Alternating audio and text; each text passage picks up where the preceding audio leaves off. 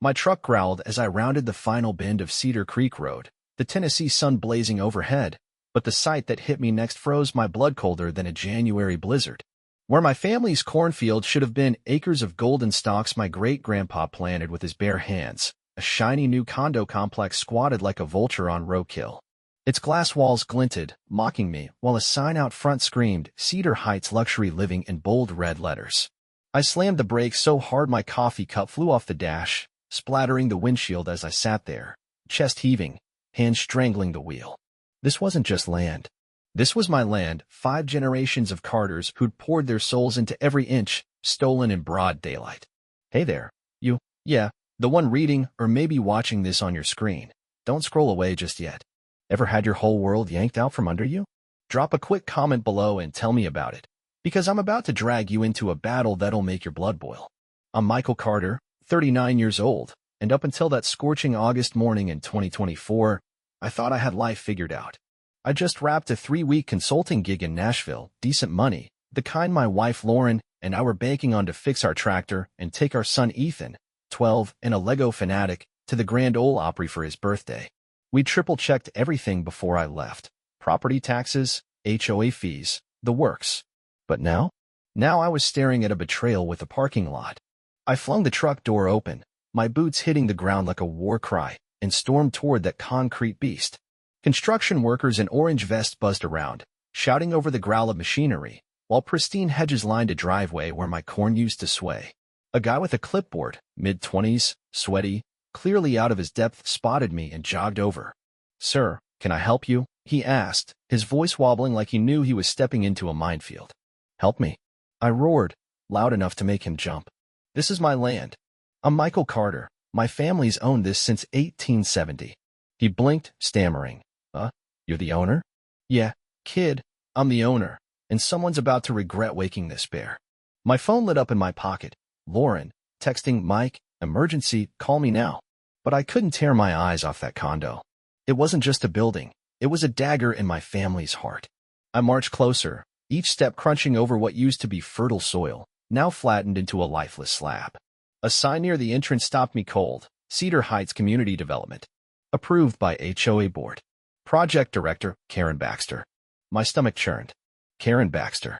The HOA president who'd been a splinter under my nail for years, nagging about our mailbox height, our barns peeling paint, even the sunflowers Lauren planted because they were too wild. She'd always looked at our farm like it was a stain on her perfect little suburb, but this was her torching our history and dancing on the ashes. Across town, Lauren was a hurricane in our kitchen, her phone pressed to her ear as she interrogated our neighbor, Mrs. Doris Harper, a 65-year-old gossip with a heart of gold. "They started building 2 weeks ago?" Lauren snapped, pacing past Ethan, who was building a Lego tower at the table, his eyes wide. "And nobody thought to call us?" Doris's voice crackled through the line. "I thought you'd sold, hon. That Karen woman's been out there every day, acting like she owns the county." Lauren's face hardened. "We didn't sell a thing," she said, her voice low, dangerous. She glanced at Ethan, softening. "It's okay, buddy. We're fixing this." Ethan nodded, but his tower wobbled. He felt the storm brewing too. Back at the site, I spotted a stack of papers on a folding table near the construction trailer, permits, blueprints, all stamped with official seals. My hand shook as I flipped through them, landing on a memo about community growth zones. The words were slick, vague, like they were meant to confuse anyone who wasn't a lawyer. Not illegal, maybe, but definitely dirty. The clipboard guy hovered nearby, shifting on his feet. "Sir, you really can't be here," he said, his voice thin. I shot him a look that could melt steel. "I'll be gone when I'm good and ready," I said, shoving the memo in my pocket. My mind was racing. How long had Karen been plotting this? What kind of legal black magic had she pulled? And how the hell was I going to fight back? I peeled out of there, tires spitting gravel, Lauren's text still unanswered. I needed to think, to plan, so I headed for the Rusty Mug, a dive on Main Street where locals swapped stories over $2 coffees. The barista, a kid named Cody with a sleeve of tattoos, slid me a mug. "Rough day, Mike?" he asked, eyeing the fire in my eyes. "You have no idea," I growled, pulling out a pen and scribbling on a napkin. Dates, names, anything to untangle this mess. Karen thought she'd won, but she didn't know me.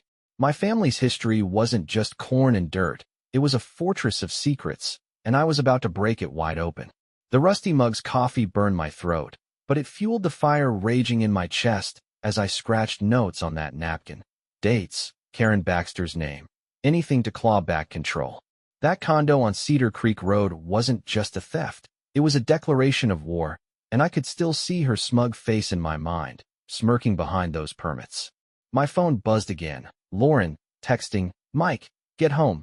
Ethan's freaking out." And guilt stabbed me. I should have called her back, but my head was spinning with questions. How did this happen in 3 weeks? What legal trap had Karen sprung? I needed answers, and I needed them yesterday. Cody, the tattooed barista with a knack for reading people, leaned over the counter, his voice low. "You look like you're about to storm a castle, Mike. What's up?" I slammed the pen down, my voice a low growl. "They built a condo on my family's land, Karen Baxter's doing. 5 generations, gone." His eyes widened. "No way. That lady's been flexing on everyone lately. Heard she strong-armed old Mr. Tate into selling his lot last month." My gut twisted. "She's not stopping with me, is she?" Cody shook his head. "Not if the rumors are true. People are scared silent."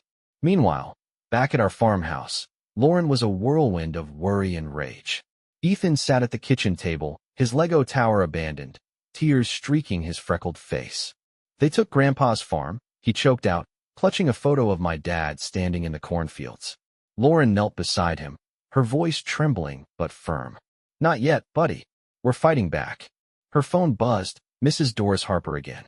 "Lauren, I saw Karen out there with some city guy yesterday," Doris said, her tone urgent. "They were laughing, pointing at your place. Something's off." Lauren's jaw tightened. "Thanks, Doris. We're on it." She hung up, her mind racing. Karen wasn't working alone. I bolted from the rusty mug, tires screeching as I peeled onto Cedar Creek Road. The condo loomed ahead, a glass-eyed monster, but my focus was on the barn, our creaky old barn, stuffed with Grandpa Joe's junk and, maybe, salvation. Lauren met me at the door, her eyes red but fierce. "Ethan's a mess," she said, pulling me into a hug that felt like armor. "And Doris just called. Karen's got help." I clenched my fists. "Then we'll outsmart them all. Grandpa left us something. I know it." We stormed the barn, dust exploding like a battle cry as I yanked open the rusty file cabinet. Lauren coughed, waving it away, while I hauled out a stack of weathered papers, maps, deeds, journals, all in Grandpa's shaky scrawl. "Here," I said, spreading a 1962 property map across a hay bale. Faded lines marked our boundaries, scribbled with notes. HOA tried to grab this, fought him off with records. "Keep these safe, Mikey." My heart thumped. He saw this coming. I whispered, voice thick with awe. Lauren's hand found mine. "He gave us a shield, Mike. Let's use it." Across town, in the sleek HOA office overlooking Willow Park, Karen Baxter sat at her desk, a triumphant grin on her lips as she scrolled through emails. Her assistant, a jittery girl named Ashley, hovered nearby. "The Carters are quiet," Ashley said, biting her nail. "Think they'll fight." Karen laughed, a cold sound. "Let them try. Permits are ironclad, and that land's ours now." She didn't know I was holding a grenade made of Grandpa's ink. Back in the barn, my phone dinged. An unknown number. "Check the 78 files. You're not alone." I froze, exchanging a wide-eyed look with Lauren. "What the?" She dove back in, pulling out a dusty envelope, wax seal cracking under her fingers. Inside, a letter from Grandpa to the county, dated 1978, detailing an HOA land grab he'd crushed with proof of prior ownership. "They've been at this for decades," Lauren breathed, her voice a mix of shock and fire. "And he beat them." I snapped photos of every page, my hands steady now, fueled by a fury that felt like justice. "Karen thinks she's queen," I said, meeting Lauren's gaze. "But she's about to meet a king." The barn creaked, as if nodding, and for the first time since that condo blindsided me, I felt a spark ignite. Hot, bright, unstoppable. The barn felt alive, whispering secrets through its creaky beams as I clutched Grandpa Joe's 1978 letter, my pulse hammering like a war drum. "They've been at this for decades," I said, my voice a low growl. "But Grandpa stopped them, and now we will too." Lauren's eyes gleamed with a fire I hadn't seen since Ethan was born, her fingers gripping the edge of a faded map. "This isn't just our fight, Mike," she said, her tone sharp with realization. "It's bigger." I nodded, adrenaline coursing through me. Karen Baxter thought she'd buried us under her condo, but we were about to dig ourselves out and take her down with us. Across town, the Cedar Heights Community Center was a pressure cooker, packed with HOA board members, curious neighbors, and a local news crew from Channel 5 hovering in the back. Karen stood at the podium, her tailored blazer screaming control, her voice dripping with fake sweetness. "This project is a win for everyone," she said, clicking through a PowerPoint of the condo's shiny renderings. "Jobs, growth, progress. That's what Cedar Heights is about." But the crowd wasn't buying it.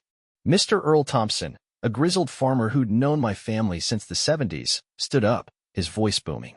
"What about the Carters? That land's been theirs since before you were born, Karen. Where's their say?" Her smile faltered, just a flicker, but I'd have paid to see it. Back in the barn, I was a man on a mission, stuffing Grandpa's papers into a worn messenger bag Lauren found in the loft. "Look at this," I said, pulling out a 1980s photo Grandpa had marked up, red lines tracing our land and connecting it to neighboring plots, with notes like HOA rezoning scam, a check records. Lauren's jaw dropped. "You think Karen's family has been pulling this since then?" I smirked, a dark edge to it. "I'd bet my truck on it. And she doesn't even know we've got her playbook." My phone buzzed. Tom Bennett, my old high school buddy turned lawyer, texting, "Got something big. Meet me at my office, now." I fired back on my way and turned to Lauren. "Tom's in. We've got a fighter in our corner." She squeezed my hand, her touch a lifeline. "Then let's hit her hard," she said, and I swear, her determination lit up the dusty barn. Ethan peeked in, his Lego Batman clutched tight. "Are we gonna save Grandpa's farm, Dad?" I knelt, pulling him into a hug. "You bet, kid. We're the good guys." Meanwhile, at the community center, Karen was losing her grip. Earl wasn't backing down. "What about the creek?" He pressed, arms crossed. "That's protected wetland. My daddy fished there in '65. You can't build on that." Karen's face twitched, but she waved it off. All environmental concerns were addressed. "Earl. Next question." The Channel 5 camera zoomed in, catching her strain, and whispers spread through the crowd. She didn't know the real storm was brewing just 12 miles away. I tore into Tom's office downtown, slamming the bag on his desk. He looked up, his tie loose, a grin spreading. "You're gonna love this," he said, sliding over a stack of county records. "Karen's permits? Pushed through in 8 days, no public notice, no wetland survey. That's a violation waiting to happen." My heart leapt. "You serious?"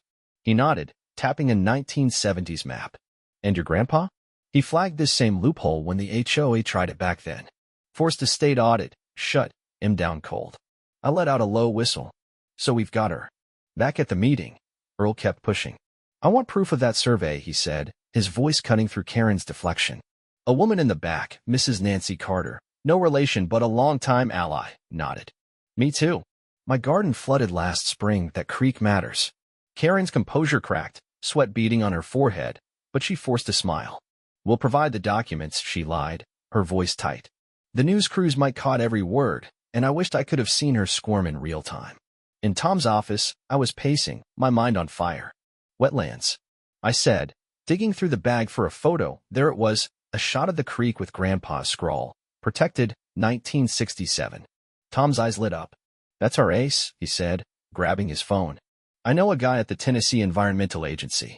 If that condo's on wetlands, it's not just fines, it's a teardown." I stopped dead, the weight hitting me. "We could rip it down?" He grinned, already dialing. "Oh, we'll do more than that, Mike. We'll make her regret ever hearing your name." As Tom made his call, my phone lit up. Lauren, texting, "Ethan found something in Grandpa's trunk in the attic. Hurry home." I bolted for the truck, heart racing with a mix of hope and dread. Karen thought she'd won with her HOA crown and her condo, but she didn't know the Carters. We don't break, we build, and we fight. The sun dipped low, painting the sky orange as I sped down Cedar Creek Road, the condo fading in my rear view. Whatever Ethan had found, it was another weapon in our arsenal, and I was ready to fire. The truck's engine roared as I tore down Cedar Creek Road, the orange sunset bleeding into the horizon, my mind a whirlwind of hope and fury. Lauren's text, "Ethan found something in Grandpa's trunk in the attic. Hurry home," burned in my pocket like a flare. That condo might have been Karen Baxter's victory lap, but Ethan's discovery could be the cannonball to sink her ship. My heart pounded, half expecting the house to explode with answers when I got there. This wasn't just about land anymore. It was about proving my family's worth, and I could feel Grandpa Joe cheering me on from somewhere. Back at the farmhouse, Lauren and Ethan were knee-deep in chaos when I burst through the door. The attic stairs creaked under my boots as I climbed, the air thick with dust and memories. Ethan, his Lego Batman forgotten, stood by an old cedar trunk, his eyes wide with excitement. "Dad, look," he said, holding up a leather-bound journal, its cover cracked but proud. Lauren pulled me close, her voice a mix of awe and urgency. "He's been at this for hours," says Grandpa had a treasure. I flipped open the journal, Grandpa's spidery handwriting leaping off the pages. 1979, HOA tried again. Used land trust to lock him out. Keep this safe. My breath caught. A land trust? That was a legal fortress I didn't even know we had. Meanwhile, in the Willow Park HOA office, Karen was pacing, her latte cold and her confidence cracking. The community center meeting had left a sour taste, with Earl Thompson and Nancy Carter stirring the pot about wetlands. Ashley, her assistant, hovered nervously. "The news crew's asking for those environmental reports," Ashley said, her voice shaky. Karen's lips thinned. "Stall them. I'll get the city to backdate something." She didn't see the trap closing. Tom Bennett's call to the Tennessee Environmental Agency was already lighting a fire under her permits, and she had no clue. In the attic, I was a kid on Christmas morning, sifting through the trunk. A folded map slipped out, its edges worn, marked with red lines connecting our land to others, notes scribbled like Mitchell Family Push, 1968, blocked. Lauren gasped. "Mitchell?" "As in Karen." I nodded, my mind racing. Grandpa knew her folks were trouble. "This trust, it's a shield from back then." Ethan tugged my sleeve, holding a photo of Grandpa by the creek, his grin wide. "He loved this place, Dad," he said, his voice small but fierce. Tears stung my eyes. "Yeah, kid. And we're gonna save it for him." Across town, Tom's office was a command center. He hung up with the environmental guy, turning to his notes with a grin. "They're sending a team tomorrow. Wetland markers match your grandpa's photos. That condo's on borrowed time." I paced, clutching the journal. "What about the trust?" Tom's eyes lit up. "If it's valid, it overrides any HOA claim. We need to verify it with the county, but this could lock Karen out legally." I felt a surge, hope, anger, pride all tangled together. Let's hit her with both barrels. Back home, Lauren was organizing the trunk's haul, deeds, letters, a 1970s survey, while Ethan drew a map of his own, plotting our land like a general. My phone buzzed, an unknown number. "Trust details in the 82 ledger. You're not the only target." I froze, showing Lauren. "Someone's helping us," she whispered, her voice trembling with excitement. I dug out the ledger, finding a detailed account of Grandpa's trust, signed and notarized, with a clause activating if the land faced unlawful seizure, exactly what Karen had done. The attic glowed with the last light of day, casting shadows that danced like allies. "She thinks she's untouchable," I said, meeting Lauren's gaze, "but she's walked into a trap she can't escape."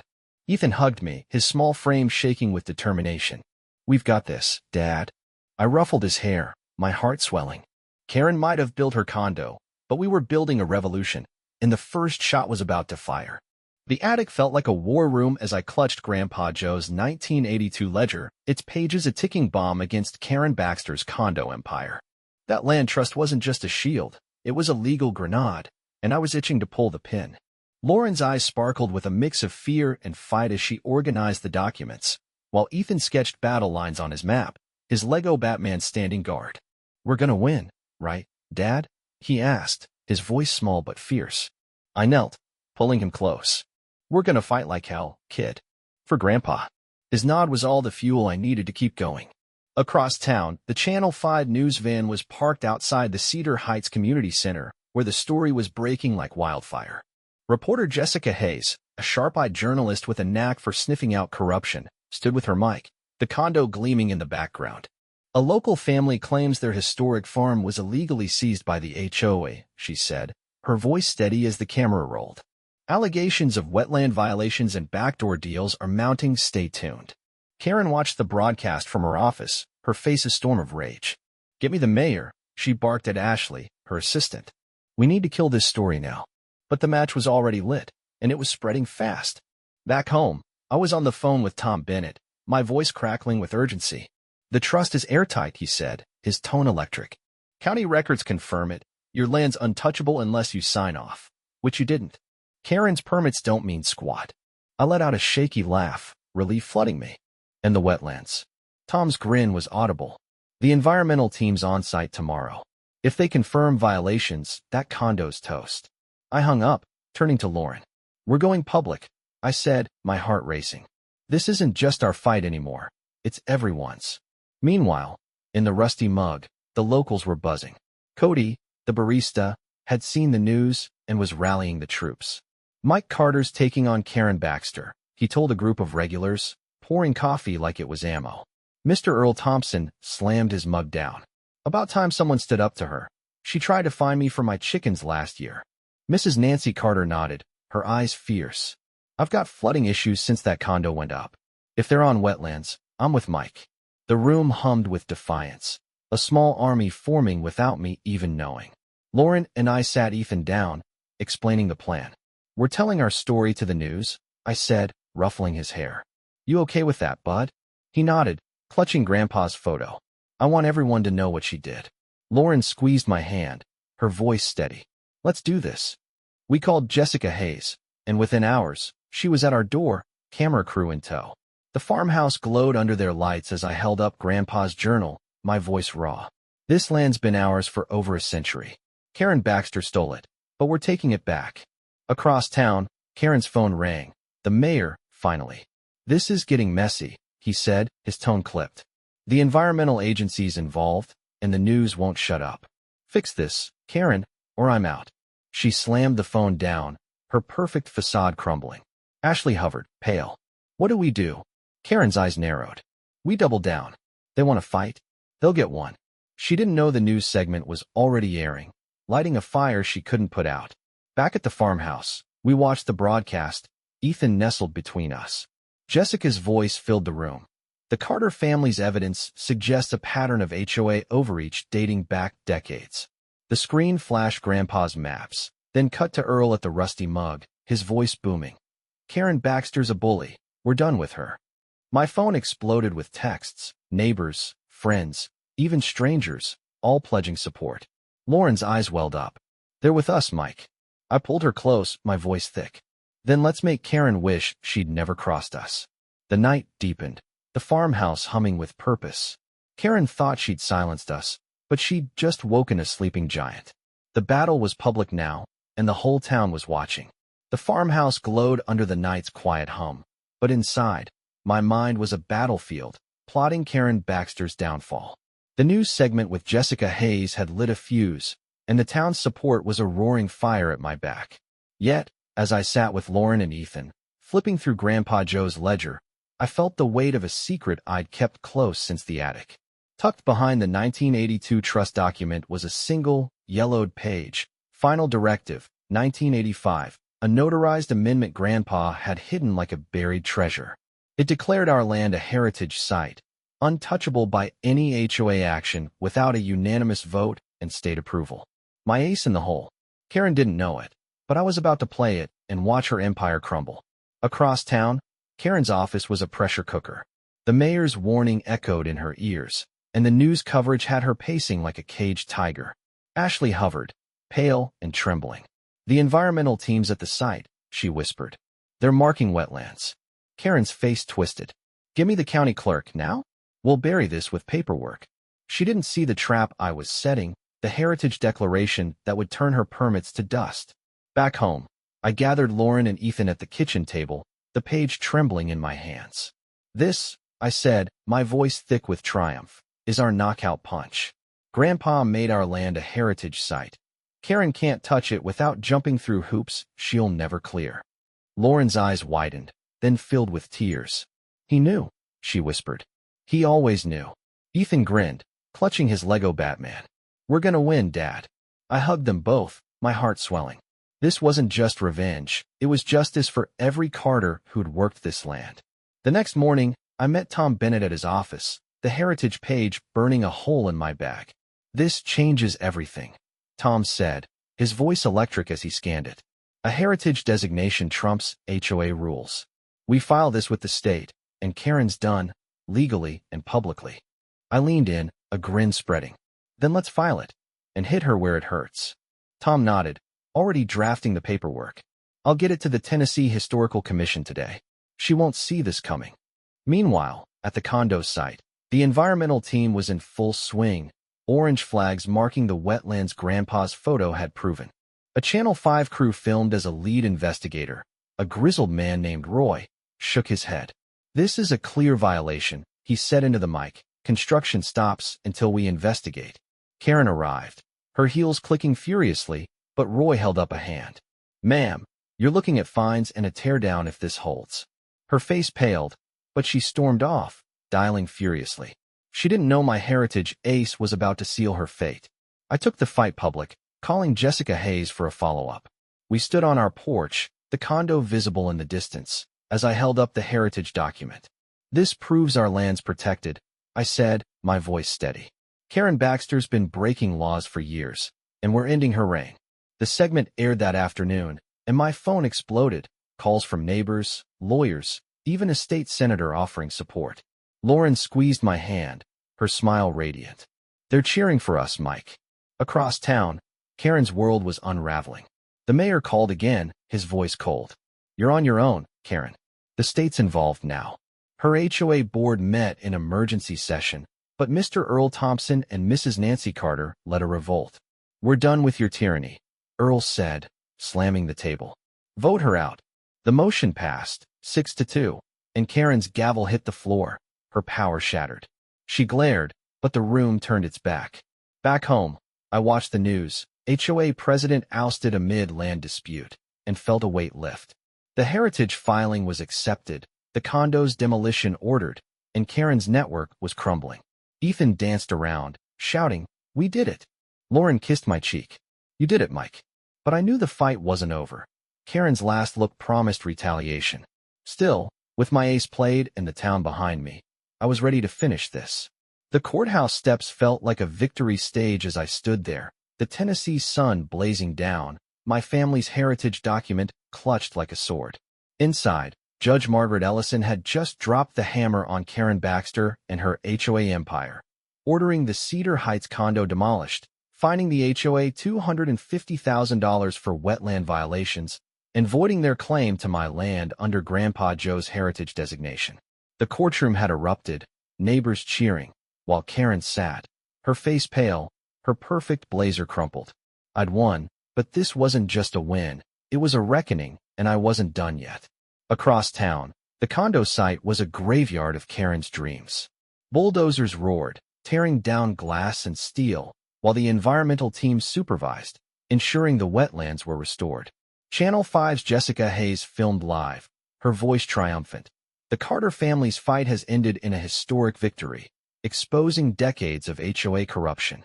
I watched the broadcast on my phone, standing on my reclaimed land, the dirt under my boots feeling alive again.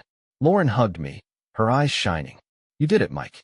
Ethan, holding Grandpa's photo, grinned. We're the bosses now, right, Dad? I laughed, ruffling his hair. Damn right, kid. Back in the courtroom, Karen tried to slink out, but I blocked her path, my voice low and steady. You thought you could take what's ours, I said, holding up the heritage page. You thought wrong. Her eyes flashed with fury, then shame, as she looked around, neighbors glaring, the mayor turning away, even her former assistant Ashley whispering to a reporter. I didn't mean, she stammered, but I cut her off. You'll rebuild those wetlands, Karen. Every inch. And you'll never set foot on my land again. She nodded, defeated, her empire dust. The HOA board, now led by Mr. Earl Thompson, called a town meeting that night at the Cedar Heights Community Center. I stood at the podium, Lauren and Ethan beside me, as the room packed with locals applauded. This isn't just about my farm, I said, my voice echoing. It's about all of us. No more HOA tyrants. We're rewriting the rules, together. I proposed new bylaws, no land grabs without a town vote, transparency on permits, and protections for historic properties. The vote was unanimous, and Earl shook my hand, his grin wide. You're the king of Cedar Creek now, Mike. Meanwhile, Karen sat alone in her office, packing her things, her phone silent. No allies left. She'd been ordered to oversee the wetland restoration, a public humiliation that stung worse than the fines. A photo of her and the mayor slipped from her desk, a reminder of the power she'd lost. She'd underestimated the Carters, and now she'd pay for it. Not with violence, but with the weight of her own regret. Back on the farm, the fields were healing, green shoots peeking through where concrete had been. I walked with Lauren and Ethan, the sunset painting the sky gold. "This is ours," I said, kneeling to touch the soil. "Forever." Lauren kissed me, her voice soft. "You showed em, Mike." Ethan ran ahead, shouting, "I'm gonna plant corn like Grandpa." I laughed, my heart full. Karen had tried to break us, but she'd only made us stronger and shown the whole town who the real owners were. Ever had to fight for what's yours? Drop a comment and tell me your story. I'd love to hear it. And if you're not subscribed yet, hit that button so you don't miss what's next. We're just getting started.